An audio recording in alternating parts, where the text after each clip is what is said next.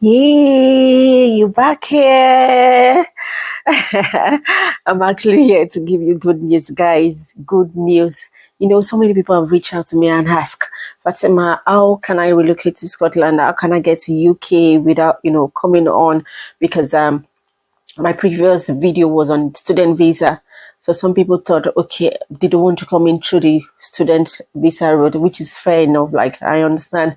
And they've been asking me, what other routes can I come in through?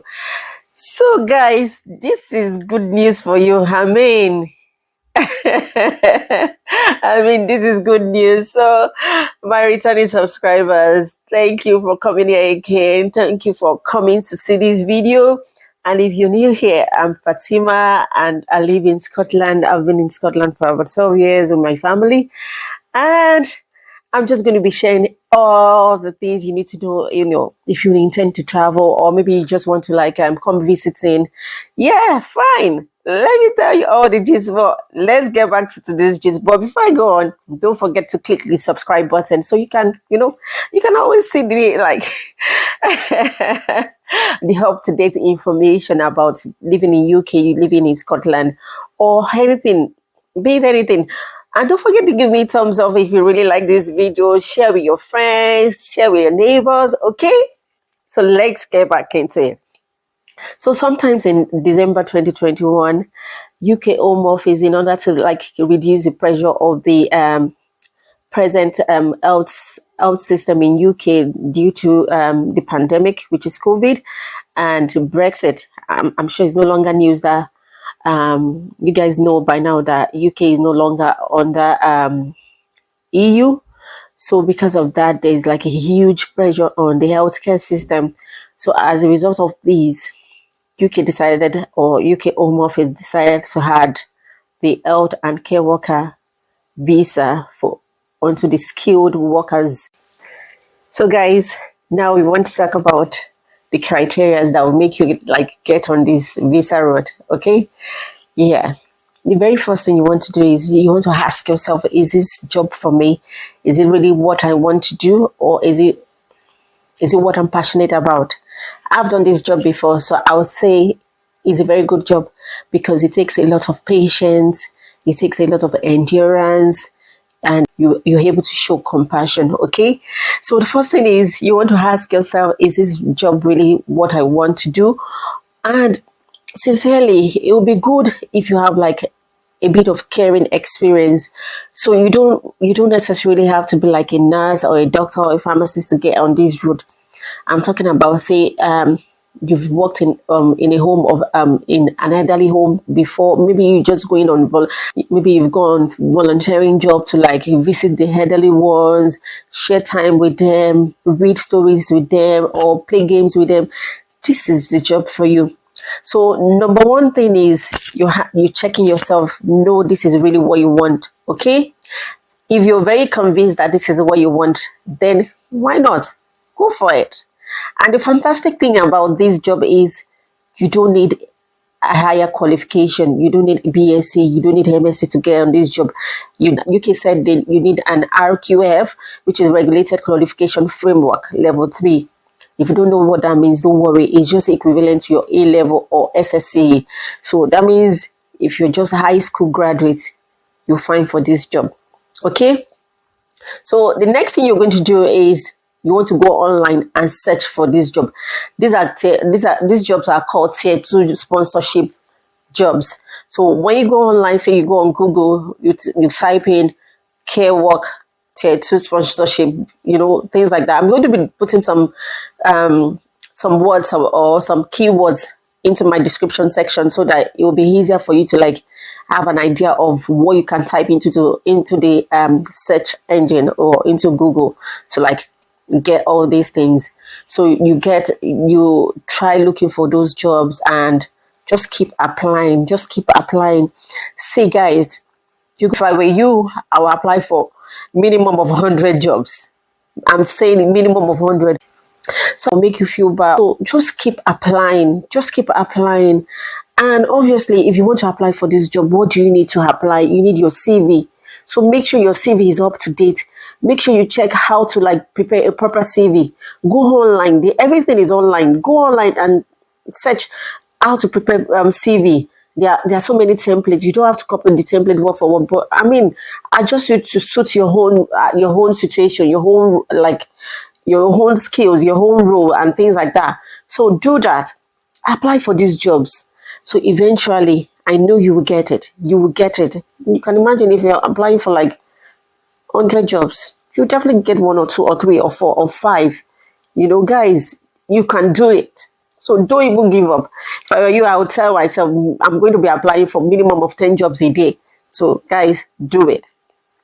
So eventually, you get that job. And once you get that job, your employer will probably be interview you or will tell you they will need to like interview you. It's not compulsory. Some of them might just like tell you, oh, they've seen your CV and they are ready to like sponsor you. But some of them might decide to do like an interview for you online. Just get prepared. Don't be stressed about that. We can talk about that in my comment section if you eventually got an interview and you need like help or something to like help you prepare for that interview. Is fine. I'm able to like help you with few tips. I'm not the best, so, but then I can still like chip in some things. So let's get back to it. So you get interviewed by somebody and eventually they give you the job offer. On the job offer, they are meant to like specify the salary you're going to be earning. So it is important because it's part of the requirements. It is important that whatever job you're getting on this kind of visa, the salary must not be less than £20,480 per annum. I mean, it must not be less than £20,480 per year. That's per annum. And say, for example, you don't get an annual job and you get an hourly rate. Fine. But the job must not be less than £10.10 per hour. Guys, this is very, very important. You can get jobs that are higher than that. For this kind of job, they are likely to pay you more than that. But that's just the minimum, okay? So if you get a job offer, the salary has to be on this job offer to state that you're getting this salary or more, which is fine. Then on the job offer, the UK company that is giving you this job offer has to provide you with what is called certificate of sponsorship. You need that certificate of sponsorship because that's what you're going to be using to apply for your visa. So it's very important you ask for certificate of sponsorship. They will know that as well, but just in case for some reason they forgotten or something, they probably won't forget, but just know it's best to know this information yourself so that you can readily ask if it's omitted in one way or the other. Once you get your certificate of sponsorship, the license number of this company has to be on the certificate of sponsorship because that is what you're going to also quote in your application letter or your application form. So very important you get your license, the company's license number on the certificate of sponsorship, and that's one of the things you need. So guys, another thing you'll be needing is a criminal record certificate. This criminal record certificate has to be from the country by which you're residing for about 12 months. Say, for example, you're Nigerian and you're living in Ghana for about 12 months. You have to get a criminal record certificate from Ghana. Okay, guys, it's very important. Also, you need proof of English. So, because this is a caring job, you want to be able to like communicate with your clients. You know, you want to be able to like understand if you're caring for somebody, you want to be able to like communicate to know what their needs are and what it is or what service it is you're rendering to them. So it is very important you have your proof of English, and this can be IELTS. So see, guys, this is one of the reasons why I said this visa route is also very easy. This visa route is not even asking you for a high score in IELTS. I think the minimum they're asking is about 6 or 5.5. It depends on the job it depends on the company that offers you the job. So don't worry, guys. Just do the basic IELTS. Get your marks in. If I were you, I would prepare well for IELTS, but it's not the end of the world. Just get a good score in IELTS. Get your documents ready, and that's you ready. Okay? So I'll be talking about the application fee. Okay? So guys, it's also important that, okay, you've got all your documents ready. It's also very important to know that you have to have like a maintenance fund. UK like this maintenance fund because they don't want you to come to UK and be stranded. So I understand you coming on a work visa, but don't forget that the very first month you get into UK, it's not like you're going to like be paid before you start working. You get, so you need to get like a sufficient amount of money to like sustain you for that few weeks you're settling down. So if you're coming as an individual, so if you're coming by yourself, you need £1,270 to be in your account for a minimum of 28 days. And it has to be within the 31 days of you applying for your visa. Okay, guys, this is very, very important. You keep this money in your account. Okay. And say, for example, you've got a family, say you're a lady and you've got a partner and you're coming with your kids and your partner. So for your partner has to go, and you have to like have your own £1,270. For your partner, it has to be 285.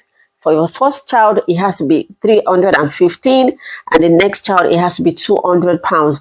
All this money has to be in the account for a minimum of 28 days, and it has to be within 31 days of you applying for this visa. This is easy, very, very easy, guys. It is very easy to achieve this. You can imagine if it's student visa. Student visa is a lot, but also this is what some people want. Some people want to like increase their knowledge. They want to come to UK through like student visa. See, this is also very fantastic, and there's now 2 years to study. So guys, go watch my previous video if you want to know more about student visa. Okay, and don't forget to subscribe, click the like button. Okay, so let's talk about the application fee. So for this application, that's why I'm saying this visa, oh my god, guys, you need to get it. And once you get it, drop me a comment in my comment section. Let's share this joy together. Okay, so for application fee, what you need is just £262 to apply for this visa. And if this visa is going to be for 3 years or less, that's just £262 for one person. But if it's for your whole family, say your partner and your kids, so it's going to be £262 each. And that's if your visa is 3 years or less. But say, for example, you get a company that is ready to sponsor you for more than 3 years. So you're getting like 5 years visa or 4 or 5 years visa. You're meant to pay £464 each. So that's if you're just coming by yourself. But if you're coming with your family, they have to pay £464 family members. So guys, this is so easy. Come on, you can do this. You can get this visa. Let me know what you think about this video. Also, in my description section, I'm going to be putting all these documents there, so it's kind of like easier for you in case for some reason you've forgotten what I've said in this video. It'll be easier for you to like go to my description section and get this information as well. Also, I'll be putting in, because I'm still doing some more research. I want to make it easy for you guys. I want to see you guys' faces. So I'm going to be putting all the care homes I find that are probably going to like sponsor visas. I'm going to be putting the agencies as well. So whatever agency I find, I'm going to be putting in there in my description section. Guys, disclaimer, I am not an immigration person. I don't even have an experience or whatsoever. So guys, this research is just based on what I found. So do your own research too, in addition to what I'm giving you here.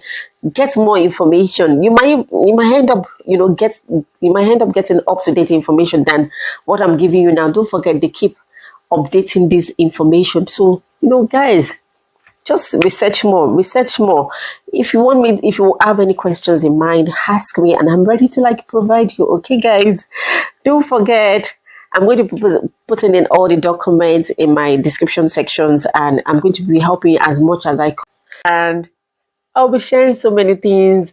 I'm doing my compilation of all the care homes I found out doing this visa, but probably have to do putting in some links of the agency I find online. So disclaimer, I don't have any affiliation with any of the agencies. I don't have any affiliation with any of these care homes or any of these recruitment agencies. This is just me doing my research and putting up this link based on my research. Please guys, don't let anybody scam you.